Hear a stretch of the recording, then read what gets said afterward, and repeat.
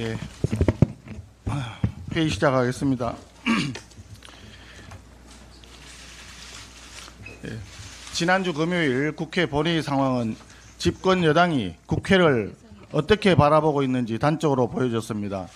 당초 오후 2시에 예정되어 있던 본회의가 아무런 양해나 설명도 없이 더불어민주당의 일방적인 참석 지연으로 4번이나 연기되었습니다. 예결위에서는 신속한 처리가 필요하다면서 야당의 목소리를 묵살하고 추경안을 일방적으로 처리하더니 본회의를 앞두고는 더불어민주당 자기들 내부에 이견이 있다는 이유로 제멋대로 본회의 시간을 일방적으로 연기한 것입니다. 이 과정에서는 국회의장께서도 상황에 대한 설명과 협의가 전혀 없었다고 합니다. 국회 본회의장을 마치 제 집 안방처럼 여기는 무리한 행동이었습니다. 그렇게 더불어민주당은 단독으로 추경안을 통과시키면서 자기들이 작년 가을 불필요한 쌈짓돈이라고 비판했던 대통령실 특활비를 되살렸습니다. 기초연금 민생예산인데 3,290억을 삭감했습니다. 국방예산 905억 원, 당초 자료에도 없던 것을 삭감했습니다. 그렇게 하면서 이재명 대통령 쌈짓돈 41억 원이 그렇게 시급한 과제였습니까? 이재명 대통령 스스로 떳떳했다면 정부의 추경 예산 안에 대통령실 특활비 부활을 반영하고 대통령이 시정연설을 통해서 직접 국민들께 양해를 구했어야 합니다. 그런데 정부 추경안에는 넣지 않고 국회 심사 과정에서 여당 의원들을 앞장세워 특활비를 슬그머니 집어넣은 것은 아주 비겁한 차도살인 정치의 민낯을 보여준 것입니다. 이번 추경을 통해서 이재명 정권은 국채 21조 원을 발행하면서 소비 쿠폰이라는 이름의 12조 원 돈 뿌리기 포퓰리즘 예산을 편성한 것입니다. 민생과 국방은 포기하고 국민에게 빚을 부담 지우는 선심성 포퓰리즘 추경입니다. 포퓰리즘 추경은 이제 포퓰리즘 입법으로 이어질 전망입니다. 민노총 언론노조의 방송 장악을 위한 방송 3법, 민노총의 청구서인 노란봉투법, 전농의 청구서인 양곡관리법을 비롯한 농망사법을 강행 처리하겠다고 합니다. 우리 경제 전체의 파이를 키우기보다는 이재명 대통령을 정치적으로 도와준 노조와 이익단체들을 위한 파이 배분에 몰두하는 입법 속도전입니다. 국회가 이재명 대통령이 현금 버튼을 누르면 현금이 쏟아져 나오고 입법 버튼을 누르면 아무 법안이나 쏟아져 나오는 이재명 대통령의 개인 자판기로 전락하는 꼴입니다. 그렇지만 국민의힘은 야당에 주어진 견제와 비판의 역할을 다하겠습니다. 총리에 이어 이제 장관 후보자 청문회가 이어집니다. 부모가 아파트를 사주면 신분이 고착화된다고 강연해서 말한 지 1년도 채 되지 않아 아들의 아파트 매입을 도와준 외교부 장관 후보자 조현, 근로계약서도 쓰지 않고 5곳에서 겹치기 근무를 했던 국가보훈부 장관 후보자 권오월, 온 가족이 태양광 사업에 얽혀 있으면서 태양광 사업 지원 법안을 연달아 발의했던 통일부 장관 후보자 정동영, 제자 논문 가로채기에 논문 중복 게재까지 연구 윤리를 잇따라 파괴한 교육부 장관 후보자 이진숙, 변전충 내각의 추악한 민낯이 국민 앞에 고스란히 드러나고 있습니다. 장관 후보자 중에 전과나 의혹이 없는 후보자를 찾아보기가 어렵습니다. 대통령과 국무총리처럼 전과와 의혹투성이 사람들만 골라서 기용하기로 작심한 모양입니다. 국민의힘은 국민과 함께 전과 의혹투성이 장관 후보자들의 능력과 도덕성을 현미경식으로 낱낱이 검증해서 이재명 정권의 오만한 일방통행 정치를 막아 세우겠습니다. 관세에 대해서 한 말씀 드리겠습니다. 상호관세 유예 기한이 7월 8일로 불과 하루 앞으로 다가왔습니다. 그전에 유예 연장이나 관세 인하 등 실질적인 협상 타결이 이루어지지 않으면 최대 25%의 관세가 부과될 것입니다. 이미 자동차에 25%등 높은 수준의 개별 관세가 적용되는 상황에서 상호 관세까지 더해진다면 대한민국 수출 산업은 큰 타격을 입을 것입니다. 하지만 이재명 정부의 대응은 너무나 안이하고 너무나 늦은 것이 아닌가 우려됩니다. 여항구 통상교섭본부장과 위성락 국가안보실장이 지난주 뒤늦게 미국에 도착했지만 유예 기한이 코앞인 상황에서 대응이 지나치게 느슨한 것은 아닌지 국민들은 불안해하고 있습니다. 더욱이 한미 정상회담은 성사조차 되지 못했습니다. G7 정상회의에서 회담이 무산되었고 이재명 대통령은 나토 정상회의에 불참하면서 상호관세 유예 종료 전 정상회담은 사실상 불가능한 상황입니다. 트럼프 대통령이 주도하는 관세 국면에서 정작 우리 대통령은 트럼프 대통령과 대면 접촉조차 한 번 없었다. 이런 부분은 매우 뼈아픈 대목입니다. 이처럼 한미동맹관계가 이재명 대통령 취임 이후 정상회담 한 번 없이 불안정한 상황인데 이재명 대통령이 중국 전성절 참석을 검토하고 있다는 이야기가 들리고 있습니다. 한중 간의 시급하고 예민한 현안인 중국의 서해 불법 구조물 설치 문제는 아직 해결 기미조차 보이지 않고 지금 이 순간에도 우리 해양 주권이 심각하게 위협받고 있는 상황입니다. 이러한 가운데 한국 대통령이 군사 행사인 중국의 전성절 참석을 검토한다는 것 자체만으로 미국을 비롯한 국제사회에서는 대한민국의 친중 성격의 시그널로 바라볼 수 있다는 우려가 큽니다. 지금은 한미동맹과 한미일 협력 강화에 외교 역량을 집중해야 할 시점입니다. 불필요한 외교 안보 불안과 국제적 신뢰 훼손을 우리 스스로 자초해서는 안 됩니다. 국제정세가 그 어느 때보다 복잡한 지금 굳건한 동맹을 약화시키는 외교는 결국 국민을 불안하게 만들고 국익을 훼손할 뿐입니다. 튼튼한 한미 동맹에 기반한 균형과 원칙 있는 외교 정책을 이재명 정부에 다시 한번 강력히 촉구합니다.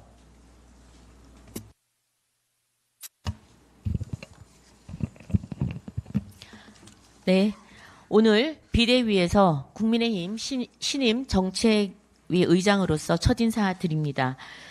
정책 혁신 없이는 정치 혁신도 없다고 생각합니다. 당의 정책을 총괄하는 정책위 의장으로서 국민의힘이 어떤 방향과 가치로 나가야 할지를 분명히 제시하고 국민의 눈높이에 맞는 변화를 만들어내겠습니다. 말이 아닌 결과로 증명해 보이겠습니다. 정부의 부동산 정책에 대해 한 말씀 드리겠습니다. 이재명 대통령이 지난 7월 4일 이른바 6.27 대출 규제 대책을 주도한 금융위원회 사무처장에게 직접 잘했다라고 격려했다고 합니다. 서로 북치고 장구치면서 자화자찬하는 모습에 국민들은 벌써부터 걱정이 앞섭니다. 도대체 뭘 잘했다는 것입니까? 중산층과 서민의 내 집 마련의 길을 막고 시장을 왜곡시키는 정책에 박수를 보낸다는 것은 현실을 외면한 자화자찬이자 국민 고통에 대한 무감각의 극치입니다. 이번 대책은 대출 한도를 축소하고 규제 대상을 확대함으로써 실수요자의 주택 접근성을 현저히 떨어뜨리는 조치입니다. 결국 현금 동원 능력이 있는 고자산가나 다주택자 그리고 외국인 투자자에게만 길을 열어주는 기형적 시장 구조를 만들게 됩니다. 주거 여건이 양호한 상급지는 자연스럽게 현금 부자들의 전유물이 되고 중산층과 서민들은 열악한 지역으로 밀려날 수밖에 없습니다. 이쯤 되면 모든 국민이 강남에 살 필요는 없다던 문재인 정부 시절 장하성 정책실장의 발언이 떠오릅니다. 주거 불평등을 정당화하겠다는 것입니다. 또한 이번 대출 규제는 단순히 매매를 위축시키는 데 그치지 않고 그 여파가 전월세 시장으로 고스란히 전가될 수밖에 없습니다. 매매 거래가 막히면 수요는 전세와 월세로 쏠릴 수밖에 없고 이는 곧 전월세 가격 급등과 전세의 월세 전환 가속화, 이른바 풍선 효과로 이어집니다. 그 결과는 서민 주거비 부담 가중, 청년층 내 집 마련 좌절, 그리고 주거 불안 심화라는 악순환으로 반복될 것입니다. 국민들은 똑똑히 기억하고 있습니다. 문재인 정부가 무리하게 추진했던 대출 규제를 포함한 부동산 규제 정책이 결국은 집값 폭등과 자산 양극화를 불러온 실패한 실험이었다는 점을 분명히 기억하고 있습니다. 그런데 이 정부는 그 실패를 반면교사 삼기는커녕 또다시 실패한 과거를 되풀이하려고 하고 있습니다. 부동산 시장 정상화는 그리 어렵지 않습니다. 핵심은 수요와 공급의 균형에 있습니다. 대출 규제를 통한 무리한 수요 억제만으로는 시장을 바로잡을 수 없습니다. 실수요자를 고려한 합리적 금융 지원과 함께 양질의 주택 공급을 충분히 확대해 나가는 전략이 병행되어야 합니다. 국민의힘은 이와 같은 부작용을 막고 서민의 주거 안정을 실현하며 부동산 시장을 정상화하기 위한 실질적 대책 마련에 나서겠습니다. 당내에 부동산 대책 태스크포스 팀을 빠른 시일 내에 구성하여 왜곡된 시장 구조를 개선하고 국민 누구나 노력하면 집을 가질 수 있는 절묘한 부동산 정책 로드맵을 제시하겠습니다. 추경에 대해서 한 말씀 드리겠습니다. 결국 고양이에게 생선을 맡긴 격이 됐습니다. 민생 추경을 외치던 31조 8천억 원 규모의 제2차 추경안은 민주당 지역구 챙기기용 정치 추경이었음이 드러났습니다. 경기를 살리자는 민생 추경에 국방 예산 905억 원을 삭감하고 민주당 의원 지역구 민원성 예산 2조 원을 대거 끼워 넣습니다. 호남 고속철도, 광주 도시철도, 전남 하수도 사업, 전북 AI 예산과 같이 실제 수혜는 민주당 지역에 집중됐고 해당 지역 의원들과 지자체는 예산 확보를 앞다퉈 홍보했습니다. 반면 가덕도 신공항, 영일만 대교 등 국민의힘 지역구 핵심 국가사업 예산은 오히려 전액 삭감됐습니다. 또한 북핵, 드론 대응 등 국민 생명과 직결된 방위력 개선 사업 역시 대폭 삭감됐습니다. 안보를 희생하고 표밭을 챙긴 전형적인 전략적 예산 편성입니다. 민주당은 불용 예산이라며 변명하지만 실상은 지역 표박 관리가 국방을 후순위로 몰아낸 것입니다. 도대체 이 추경은 누구를 위한 것입니까?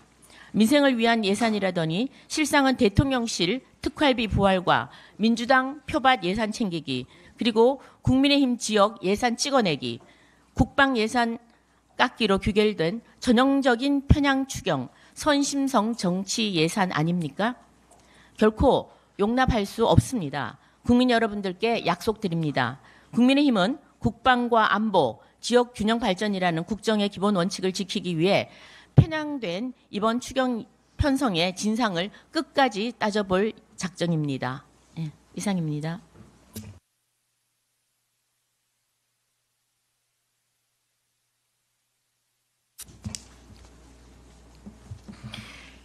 네, 민주당이 과방위에서 방송 3법을 강행 처리했습니다.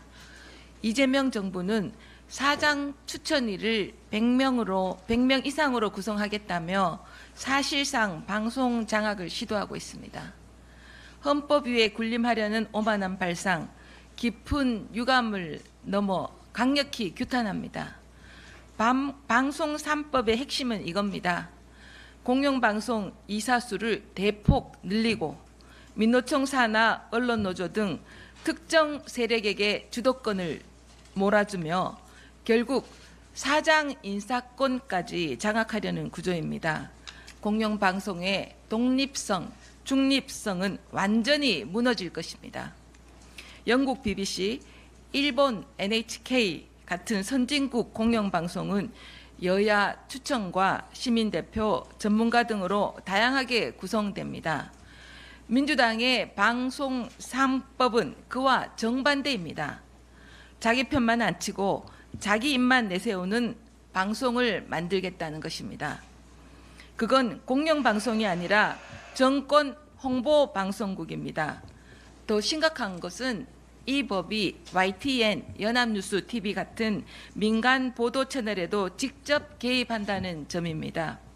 사장 추천위원회와 보도 책임자 임명 동의제까지 만들겠다고요? 이건 민노총 언론노조가 민간 방송까지 장악하겠다는 것입니다. 헌법 위반입니다. 상법 위반입니다. 언론 자유 말살입니다. 심지어 편성위원회 미설치 시 형사처벌 조항까지 넣었습니다. 입맛에 맞지 않으면 감옥에 보내겠다? 이쯤 되면 언론이 아니라 정치의 하청업체를 만들겠다는 것입니다.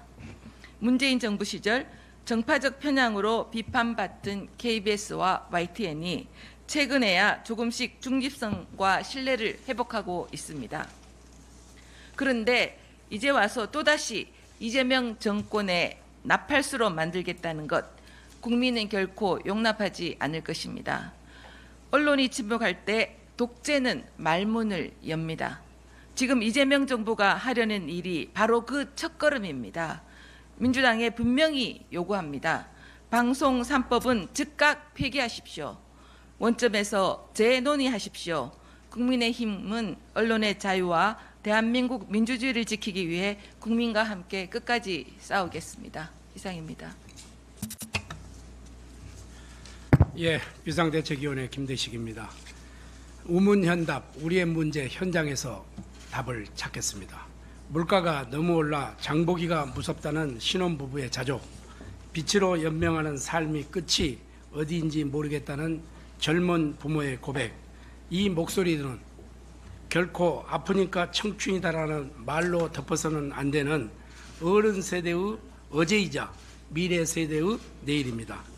그런데 지금 정부 여당은 이 고통에 대한 해답을 오로지 현금 살포에서 찾고 있습니다.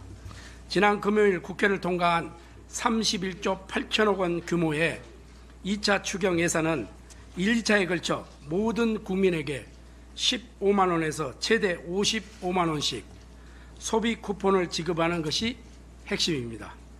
대통령께서는 이번 추경에 대해 국가 재정을 이제 사용할 때가 됐다고 설명했습니다. 저 역시 민생이 어렵다는 절박함에 동의합니다. 그러나 재정을 이렇게 쓰는 것이 과연 해법인지 그 점에 대해서는 깊은 우려를 표하지 않을 수가 없습니다.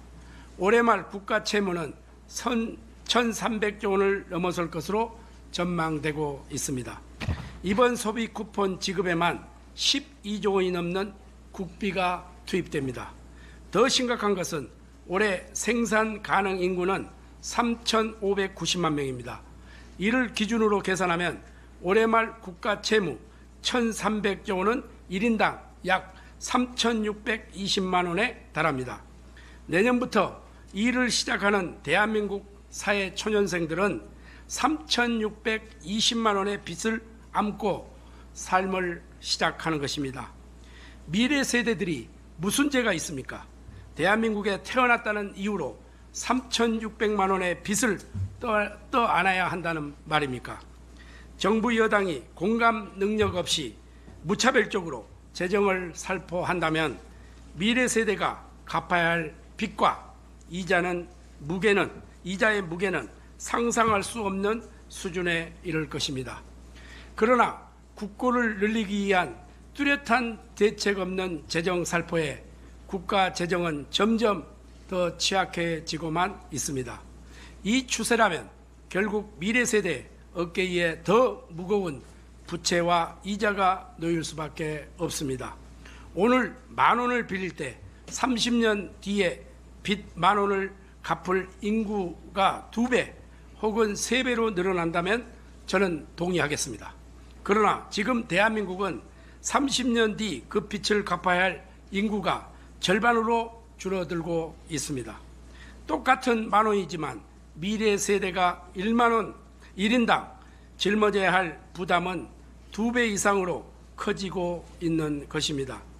무차별적 재정 살포는 청년의 미래 세대의 삶과 기회를 구속하고 제약할 뿐입니다. 정부 여당에 요청합니다. 브레이크 없는 폭주를 멈추십시오. 브레이크가 달린 국산차로 운전해 주십시오. 진정으로 국민의 삶을 책임지는 정부 여당이라면 국민 부담을 전제로 한 부채 지출을 무한정 늘리는 가속 페달만 밟아서는 안 됩니다.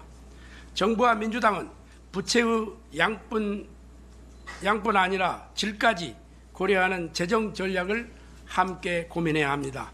하루라도 더 늦기 전에 국가 재정을 냉정하게 점검하고 적자성 채무의 무분별한 팽창을 멈추기 위한 실효성 있는 대책을 마련하기 위한 협치의 장에 나와 주십시오. 우리 국민의힘과 머리를 맞대고 토의해 주시길 바랍니다.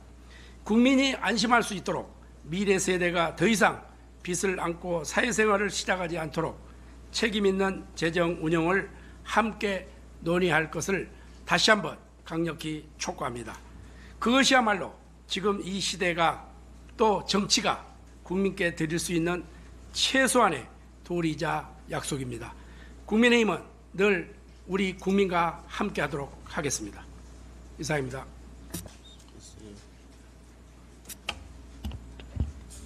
네, 조현 외교부 장관 후보자 아들 부부가 30대 초반에 66평 한강 조망 고급 아파트를 전세 끼고 매입한 사실이 드러났습니다. 시세는 18억 원, 자금은 하루 만에 대여해서 7억 증여로 말이 바뀌었습니다. 현재도 그 아파트에 거주 중입니다. 이 시점은 정부가 부동산 투기와의 전쟁을 외치며 대출을 강하게 규제하던 2019년 말이었습니다.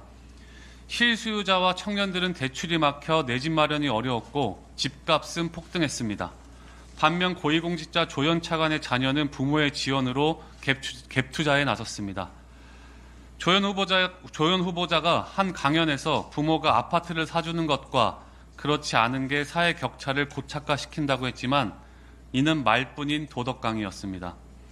이것이야말로 이재명 정부의 이중잣대이며 내로남불입니다. 자기가 던진 말을 주워 담지 못하는 후보자가 실용외교로 포장해 국제사회에 던질 메시지가 우려스러운 이유입니다. 청년들은 묻습니다. 왜 나는 대출이 막혔는데 누군가는 부모 찬스로 고급 아파트를 샀는가? 조 후보자는 불법은 없다고 말하지만 국민이 분노하는 건 합법이라는 주장 뒤에 숨은 위선입니다.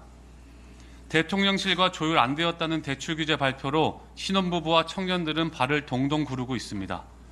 그런데 이재명 대통령은 맛보기라고 합니다. 국민을 우롱하는 처사입니다.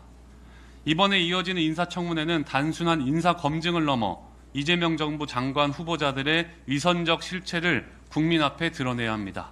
국민은 더 이상 말뿐인 정의에 속지 않습니다. 이상입니다.